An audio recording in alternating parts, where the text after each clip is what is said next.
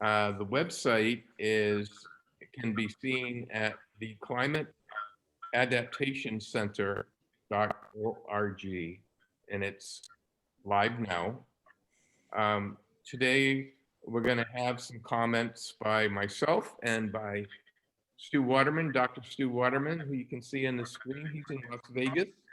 Stu is an atmospheric scientist, a PhD in atmospheric scientist. He and I have been friends and work partners, I don't know, for, I don't even want to say how long. It's kind of scary. For many years, decades. And Stu is going to give the walkthrough of the website so you can see it and learn how to navigate it. Then we're going to have comments from our board, which include Elizabeth Moore, who many of you already have met. Of course, Elizabeth is our citizen scientist, and really we couldn't do it without her. Dan Dygraf is on our board. He is the CEO of Space Source. He owns a climate-friendly car wash called Tommy's Car Washes, which are opening up all over Florida. They use 10% of the water. Everything is recycled. And people go there instead of using their hose, will save a lot of water and save a lot of pollution that goes into Sarasota Bay eventually. It really is a space age car wash. And then, of course, there's the infamous BC, Bob Carrell, who is our, Bob and I have known each other for 40 years.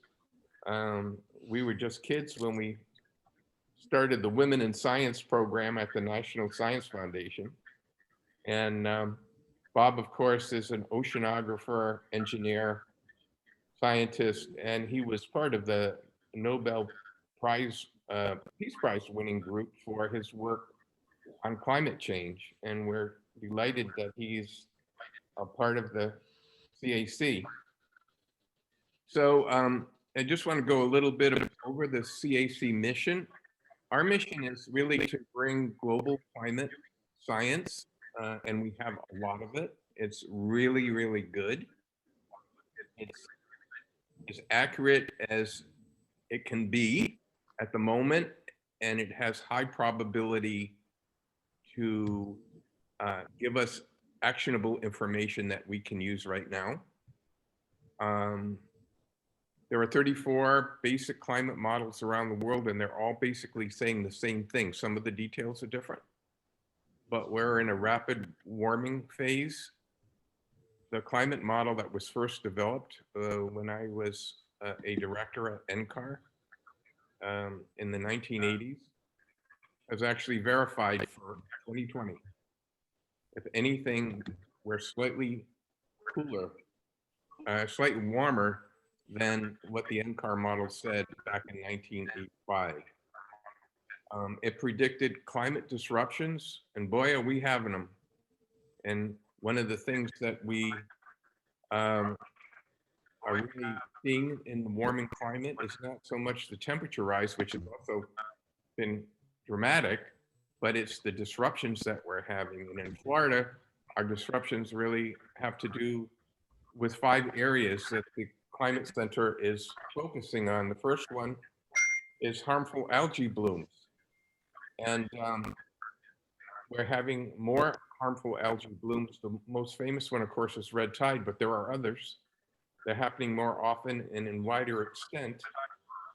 And part of it is due to the fact that the climate is warming, particularly the Gulf of Mexico, and the fact that we're getting Sahara dust that comes over from a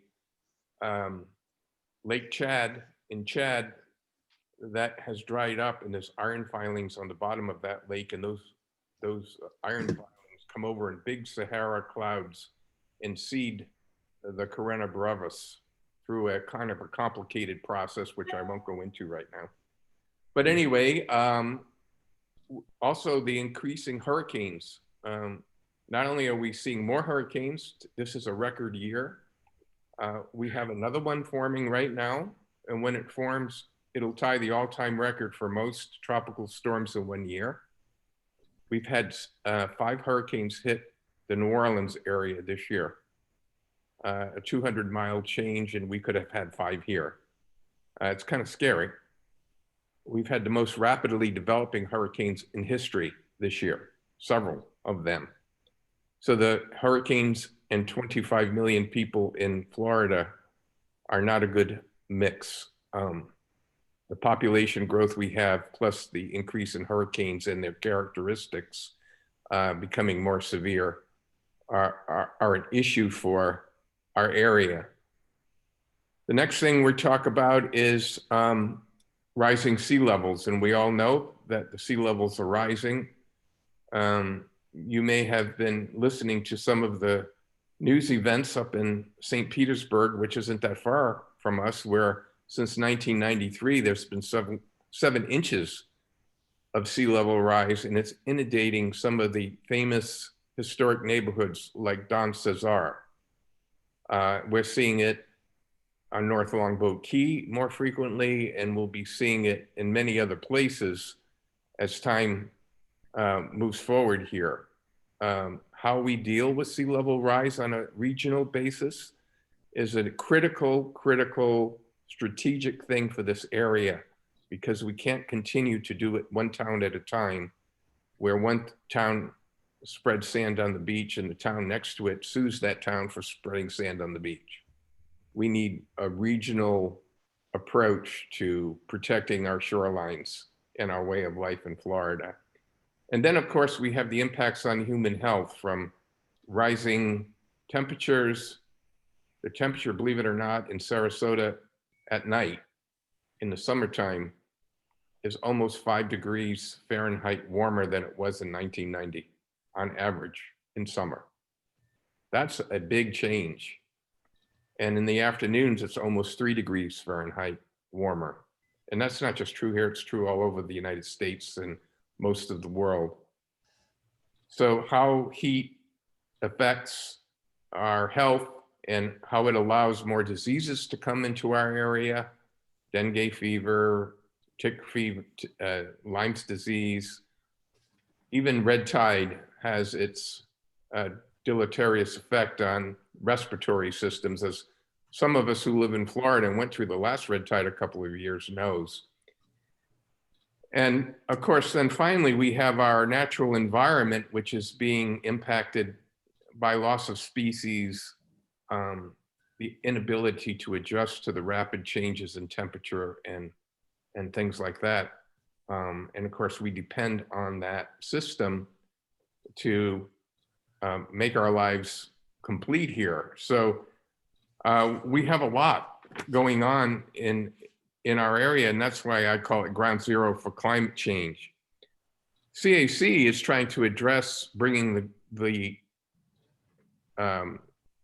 global climate down to the local level, because what we know is that people care about what's happening in Thailand, but they're not going to change their life. They will, however, when it's in their backyard and they feel it's personal and it's impacting them today. For 35 years, we've been trying to get public policy changed around so we could do better at international and national levels. And it's been an abject failure.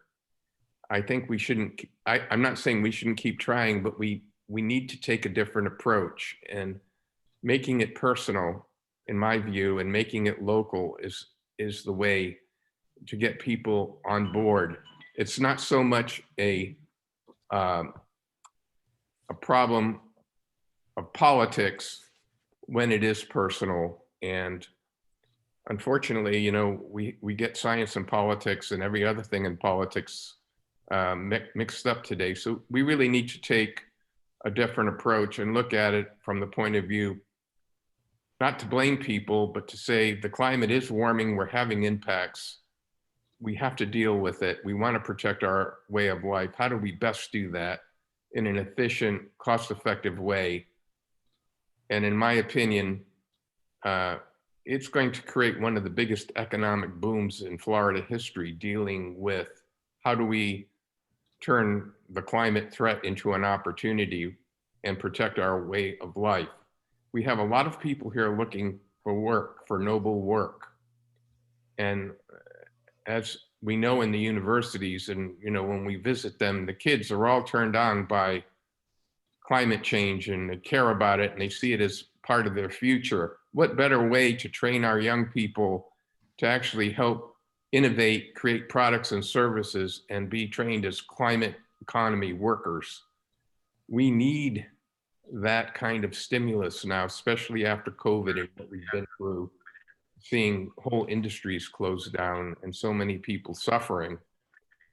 This is an international imperative that we can set the tone for here in Florida, being at ground zero, and hopefully climate adaptation centers like ours will grow off the infrastructure and off of the business model that we create right here. So for the next 2 years, starting today, we'll be building that business model. And when we're done, we'll have a organization where we can bring industry, the private sector, academia, and governments on all levels together in joint session to help us deal with these regional climate disruptions. It's a new forum for that. It's going to take some money to do it. The website is the first part of that infrastructure. The second part is developing the curated scientific database so the decision makers know that the information they use that's derived from science is worthy of their time and trusted information that from which they can make decisions right now to start mitigating and adapting to our climate situation. So with that background, I'd like to introduce Stu Waterman. He's going to do a walkthrough of the website showing all the sections so that you guys can see the in-depth content that we have, even though this is just our initial launch, and all the functionality that we have, from looking at the 5 areas I talked about to seeing the events that are upcoming and becoming involved in those events, and also donating to our cause so that we can actually build this first prototype CAC. It's a $2 million project, and it's all going to be done on private money because we really can't sell a product until we develop it. And so that's what we're doing. Think of a entrepreneurial company. It's a nonprofit, but we're in product development now, and it's a process. And it's going to take a couple of years to do that. But when we're done, we'll have a self-sustaining platform that can be copied around the United States and around the world. People will have our infrastructure to begin with. So it's going to pay dividends in many other places, but we have to make this one successful first. So with that, Stu, thank you for all the work you have done. Stu has been magnificent. He's one of the smartest guys I know, and he's worked his behind off putting this together. So without further ado, Stu.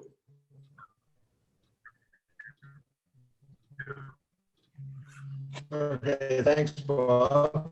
I'll just share my screen and show you all the website. For some of you, it'll be the first time. And this is the homepage of the climateadaptationcenter.org. You can see the URL up here. That's what you want to enter and put it on your frequently visited site list. This is the homepage. And Stu, can I interrupt for a second? If everybody sees the full screen, it's okay. But if you don't, just go up to the top of the screen and you'll see view options. And if you click on that little caret, you'll fit to window, and then you'll see the whole screen if you don't. Go ahead, Stu, sorry. Okay, no problem. I can see it, but that's what you would expect. So as Bob mentioned, we're this is the first phase of a long development cycle for the website. This is our version 1, if you like. And the goal for the website is to be a dynamic source of information for Florida and for anyone who's interested in the changing climate and how it affects our daily lives and what we can do about those effects to continue with business as normal. So for the time being, we've got some, if you like, a starter set of information in the website, and we're adding to it continuously, and we'll be putting fresh content in as often as we can every week. So visit frequently and you'll see new information. So on the home page, what you're seeing scrolling around on the top here is 3 of the recent articles that have been written in the website, and those are accessible through a number of links, like the read article button below. If you see something you absolutely want to read right away, that's how you can do it. And if you scroll down the home page, you'll see a little bit about the Climate Adaptation Center and a link to the About Us section of the website, which gives us a little background of the philosophy behind the Climate Adaptation Center, our mission, our objectives, and also gives you a link to the biographies for the directors and the principals of the Climate Adaptation Center. And you just keep scrolling down, and Bob mentioned the key issues that we've identified to focus on at the beginning for Florida climate, and sea level rise, hurricanes, harmful algal blooms, including tide, human health, and biodiversity. And each of these sections is clickable from the home page, and will take you to more information about that specific topic. Of course, we're a not-for-profit, and our launch has been supported by the generous donations of a number of people, and I'd like to thank them all at this point for making this possible. And as Bob mentioned, we're planning to grow and add people and add more capabilities and more content. And this, unfortunately, this all costs a little bit of money. And so we're dependent in the early stages on donors like you to fuel our enterprise and hopefully provide you with the information that you've come to expect and enjoy. Bob also mentioned that we're focused on providing a focal point for interchange between state and local governments, individuals, the scientific community, and businesses to all wrap their minds around the changing climate in Florida, what we can do to mitigate the effects on our day-to-day lives. And getting those groups to work together is a primary objective of the CAC. And the three groups besides those who are joining as individuals are also identified here: businesses, government, and science. And these all lead sections of the website that are aimed specifically at those groups, and we'll touch on those in a moment. So at the top, as usual, there's a navigation section for the website. All of these are, of course, clickable. So about us, it's our mission, our objectives. It identifies our team, who we are, all the directors, Bob, myself, and a way to contact us. If you've got ideas about the website that you'd like to see implemented, if you've got questions, if you want to tell us what a great job we're doing, we wouldn't mind seeing those either. So anyway, anything you want to share with us, you're welcome to email us, and we'll get back to you as soon as we can. We have separate sections for all of the Florida issues that we've identified launch. So that's biodiversity, health, hurricanes, red tide, sea level rise. And we also have portals for business, science, and government to get involved with the CAC. So we're particularly looking ahead to conferences and events where we bring these groups together, where you and I can see the interchange and perhaps make suggestions about how they should proceed or opportunities for business to thrive in what we're calling the climate economy. The work that we do and the articles and information that we publish will all be found in here under news and events. So with articles that we write, news items, these are things that we have contributed to other forms of media. Bob's articles in the Sarasota Magazine, for example, show up here. Events, we're planning to hold a number of events going forward. Obviously, the pandemic has put a bit of a damper on having in-person events, and hence our launch by Zoom today. We will be adapting to that, and we're planning a number of virtual events going forward. And as soon as possible, we'll start doing in-person events again. And this is this particular picture is an image taken at 2019 Climate Summit at University of South Florida, Sarasota Manatee. You can see Bob, who was one of the lead organizers for the meeting and who was the spokesperson for the meeting. There's Bob Carrell, who you'll hear from later, just answering a question from the audience. So we're looking forward to a number of events like that in the future. Let's take a brief look at some of the other pages just to whet your appetite for exploring the website yourself. So we get Florida issues, and we have a little bit about each one here, and then the opportunity to, for example, learn more about sea level rise in Florida and its possible effects. And you'll get taken to these pages here. All of these are highlights from specific articles that have sections in them related to sea level rise. And you can also search the website. If you wanted just sea level rise, you could do a search with the monocle button up there and find all the articles that we've written that are linked to sea level rise.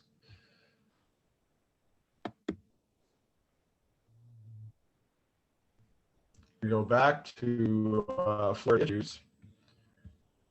All of the main pages are very similar to the home page. There's a lot to see scrolling down. Multiple screens worth of information. And for people who enter the site from any one of these, from external links to the site to one of these pages, there's a little bit about the CAC to explain where they're at, who actually is responsible for the page they're looking at. And down here's another free teaser, paragraphs and images for articles and posts that we have on the website related to Florida issues.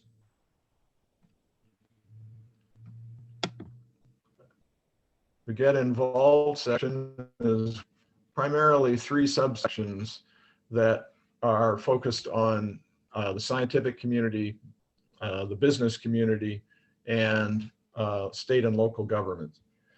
And an opportunity for those groups to make connections with the other groups to perhaps, in the case of businesses, for example, to enrich their view of, well, businesses are concerned about climate changing from 2 perspectives. One is there's a risk to business assets. If you have a warehouse near the coast, you may be worried about sea level rise and flooding risks for your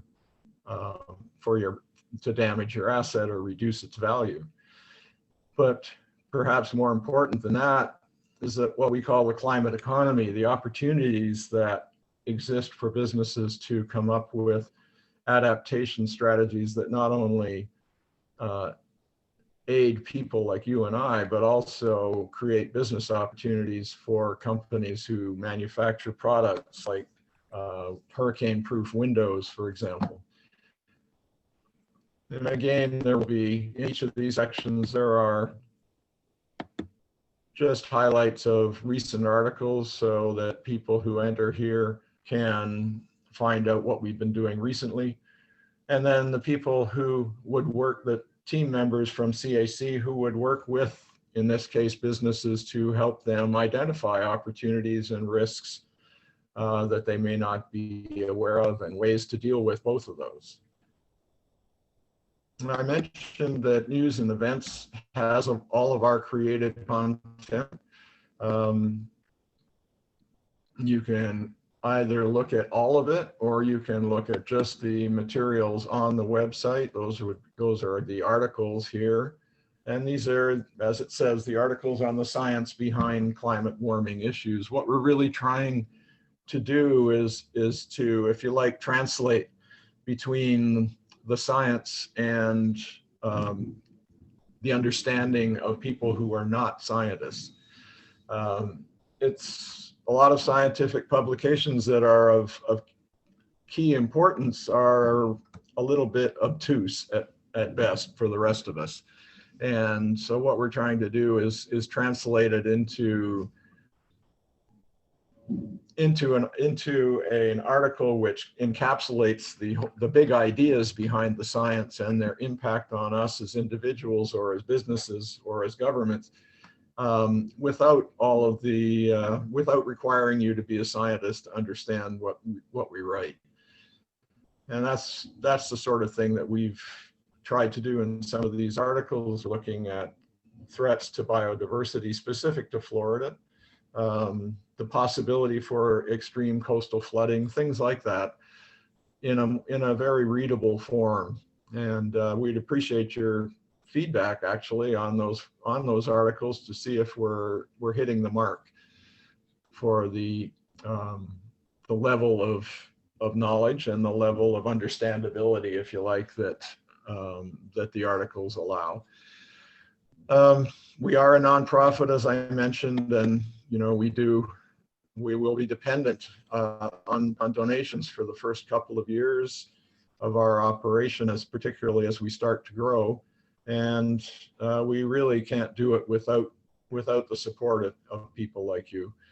And there are many opportunities to get involved with us and to be involved. Some people like Elizabeth Moore that you'll hear from later, and Dan Dygraf,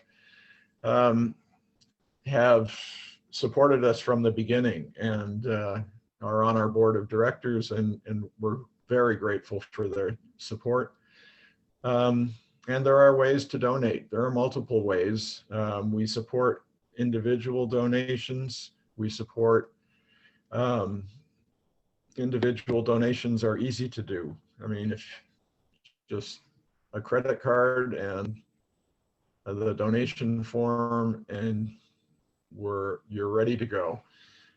If you'd like to become involved at a deeper level, we have the opportunity to become a sustaining member. Those are people like Elizabeth and Dan who've made significant, very significant donations to support our growth. And that's a class of donor that we call a sustaining member, people who make the longevity of the CAC a possibility. Donation forms there, and also for businesses who would like to become involved with the CAC can do it at a broader level than just individuals. So they can join on behalf of the company and become a corporate partner of the CAC. And we understand that businesses often have different needs and different interests or different requirements for information than individuals do, and we give them access to the kind of information that would be directly usable by the business in their strategic planning, in their product development, and provide them access to people who can inform those processes. And for those, because each business will have different needs and unique needs probably, the basic contact us, use this Let's Talk interactive forum, and tell us what your interests are, what your message is, what would you like us to do to support, would you like to get together and discuss how we can support your business. We're happy to do that. And I think that's pretty much all of the highlights. If you want to learn more about our mission and our team, go to the About Us section, and you'll see a brief description of our mission that Bob has already outlined. You'll notice that we have a lighthouse as in our logo, and you'll see the lighthouse that was the model for that graphic throughout the website. That's for those of you who are in Florida or who know about the Ponce de Leon lighthouse. It's a national monument, and it's the highest lighthouse in Florida. And it's part of our theme of, the idea that we can warn people of climate changing hazards, and give them the navigation information they need to take the best course of action to deal with those climate problems. Stu? And I'll just hand this back to Bob now. Thank you. Great presentation, Stu. I know we're on a short time, but that was fantastic, and I'm sure everyone appreciates it. No one more than I do. Thank you so much. I want to just introduce now a few other people that want to make a few comments from their point of view. We have to start with Elizabeth, because she's not a scientist exactly, but she's the closest thing to being one of any person I've ever known who really wasn't technically trained. I call her the citizen scientist of Sarasota. And she's got her hands in all the pies when it comes to our environment. And we all admire her for her time and effort and treasure that she puts behind what she cares about. It's very inspiring to see. I wish we could clone her, because I could actually use her full time. So anyway, Elizabeth, could you say a few words? I'd be very happy. First of all, I'm very honored that Bob asked me to be a founding member last year of the Climate Adaptation Center. I care deeply about our natural environment, and and I applaud Bob for his conceiving and founding this really important and ambitious endeavor, the CAC. It's an independent expert resource to inform many of the institutions that we deal with, regularly here in government, local government here in Florida, academic, the private sector, homeowners, and the CAC will be able to, so they can create the necessary adaptations and strategies and actions to really protect our way of life here in Florida. And an important part of the CAC is that it will provide the support for the emerging climate economy. So many jobs are going to be created to cope with our changing climate. When I think about what's ahead of us, I think climate disruption is going to be increasingly an existential threat in our lives, and it's going to impact us in many ways. It's a very complex, growing, emerging topic, and to take very complex issues like this and present them in a simplified, tangible informed, neutral way is going to be key. And this is what the Climate Adaptation Center will do. So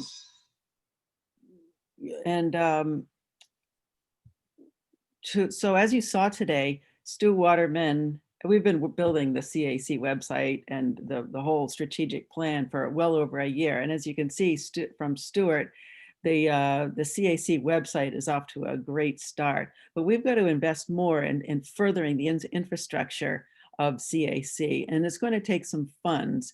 As Stuart and Bob mentioned, yes, it's going to take private donations. I've been a big contributor to this, and to further that end, I would like to invite everyone to participate in building the resources, the financial resources, so we can continue the infrastructure of CAC and make it so it can continue to make a big impact in our community. To that end, I'm going to be organizing a series of festivals of dinner, socially safe, probably outside, so we can convene decision makers, potential donors, et cetera, to discuss climate disruptions in all the ways that it'll impact us, our health, the biodiversity, sea level rise, harmful algae blooms, all the things that really affect us here in this Southwest Florida area. So stay tuned. And if you really are eager to participate in these conversations, please contact me and or Bob Bunting. And with that, thank you, Bob. I'm going to turn it back over to you. Thank you, Elizabeth. That was great. Thank you so much. And now it's my pleasure, and Dan, unmute yourself, to introduce Dan Dygraf. Dan is the president of SpaceSource, CEO of SpaceSource Incorporated, which owns really a lot of real estate assets and businesses, but Tommy's Car Wash is one of them. Dan can tell the story about our initial conversations about climate warming, but I wanted him to talk about, how the CAC is a resource for the climate economy and for businesses, that it's an opportunity, not just a threat. And if we could turn this threat into an opportunity, we will actually solve the threat a lot quicker. Dan? Thank you for the invite, Bob. Thanks for letting me be on the CAC board. I am going to keep this relatively short because I don't have the best background noise and outside. So I'm actually on the water watching the boat show. And so I have firsthand experience of the water levels right now. So yeah, Bob and the team, I'm grateful to be involved in. I'm grateful and honored by being able to support this venture. Bob has done a lot of heavy lifting on this, not only on the website, but also the brainstorming of the CAC. We had the luxury of spending about 90 nights together through COVID because I was cooking at home, and we spent a lot of time talking about what the CAC was going to be about. My background is mostly in business and property development. So I work with a lot of environmental different agencies of the United States. And one of my ventures is building car washes across Florida and running and operating car washes. And I know that we have focused on how do we not only save and preserve water, but also how do we contribute back to the people that don't have good wells and good water systems. So we're quite involved from a business standpoint.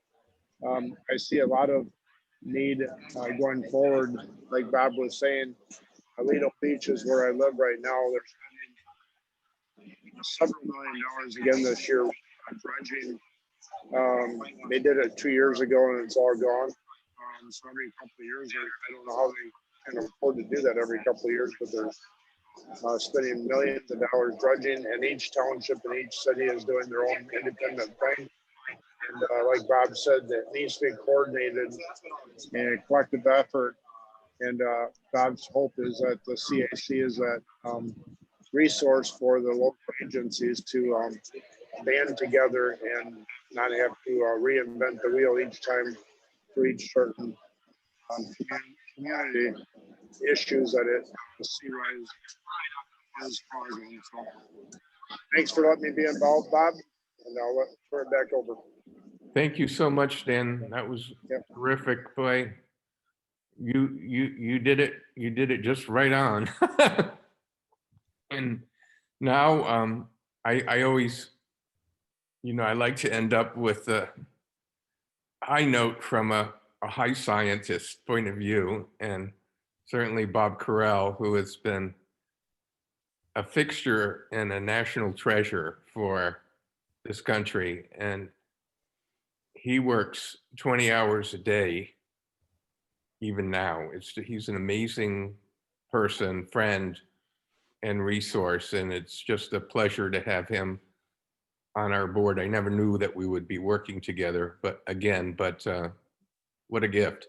Bob, can you say a few words? Yes, if I could share the screen with you all, then I can give you a little more background.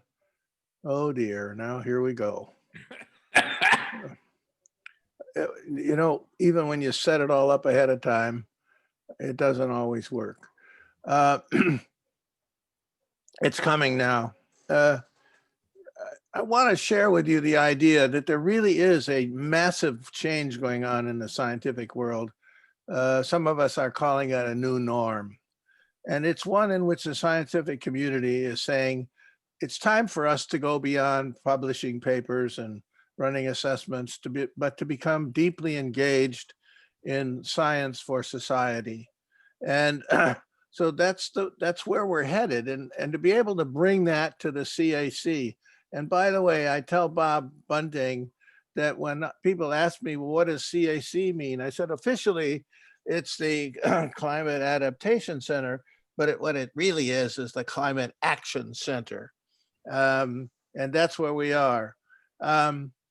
Eric Teller tells a story about how you and I all here and around the world are caught in a dilemma. And the dilemma is that technology is moving extremely rapidly. Our abilities as humans to adapt, unfortunately, is slower, so that we are now caught outside of that. And Teller says, hey, you got to learn faster and govern smarter. And that's what really the CAC is all about, learning faster and governing. Governing doesn't mean governments. It means governing our industry, our personal lives, the counties in which we live and the like. And to do that with all 5 of our focal points, from sea level rise to human health, which is coming up very, very fast, and of course, biodiversity, of which Bob has already talked. So there are 2 really fundamental changes going on in this world. The first is that universities, not all of them, and we're trying in more and more to engage here in Florida this, are shifting deliberately to becoming much more closely connected to the needs and interests of the society in which we reside, and that we provide both public and societal value by what we do. And that does 2 things. It builds a smarter workforce, and it builds a much more informed society. On the other side of the equation, this new norm in science is involving and transforming the way we do business, driven by use-inspired work, and now doing what is really the new generation, taking science to policy. And you don't want to use the word policy in a limited sense, policy to action strategies that are in the best interests of society. And you've got universities like Arizona State and Michael Crow noted there. And then to the right hand, you have all of this. So there is a new norm coming in science. It says, we have a job to do. And it's really this simple. Do the best science we know how to do in the biggest and best tradition of the scientific world. 2, assess it. That is, state what we know in comprehensive terms, and then provide it in 2 mechanisms. 1, ways in which governing mechanisms, whether it be the chairman of the board of a company or the local local community or the state or the nation. But all of those are engaged in this effort where science now wants to and should sit at the table with all of the other things that we have to do. What surprises me is that the science community is ready to do this and get rid of things like the mean value of things, which means you got a 50-50 chance. If somebody tells you the mean value of sea level is X, that's not very helpful, because there may be out there something that is low probability but huge consequence, and that's probably the most important thing we need to do about the sea level. So with that, I'll pass it back to Bob and say thank you, and give your screen back, Bob. Thank you. There Thank you you. go. There Thank we you, are. Bob. I promised everyone that this was going to be short. We're 8 minutes over, so that's good for a scientist with a big mouth. And that would be me right here. Anyway, I appreciate all of you being here. Well, we will have interactive sessions, and this is sort of a preview. All of you have been involved in some way already. Most of you on here that I can see, and I'm delighted you all came today. But we're at the beginning of a pathway that we have to find point B now. We know where point A is, we have to find point B. And I hope you will help us do it, not just with your donations, but also by your participation, by talking to your friends, by talking to people you influence, because I can see the people on the screen here are all leaders in our community. And I'm really, really happy to see that, because that's how it happens. So I'd like to thank everybody on my board, and of course, Stu Waterman, who is, he's just done an incredible job. And I want to say that, we have a wonderful company called Bayshore Solutions. Kristen's on board. She was the project manager of this website development. And at 5 o'clock meeting, Kevin Houghton, who is the CEO of the company, is going to make some remarks. But I want to say that, Stu has donated 100% of his time, no pay, no nothing, to making this happen. And I think he deserves a special round of applause here for his commitment. I know he knows I appreciate it, but yeah. Thank you, Stu. And so with that, I will end this meeting, and there'll be more to come. And we're thrilled that you're involved. And please look at the website and go right to that donate page with all your friends. Thank you. Have a good afternoon. Thank you, Bob. Thank you. Bye-bye. Great job. Great prez. Thank you. Bye-bye.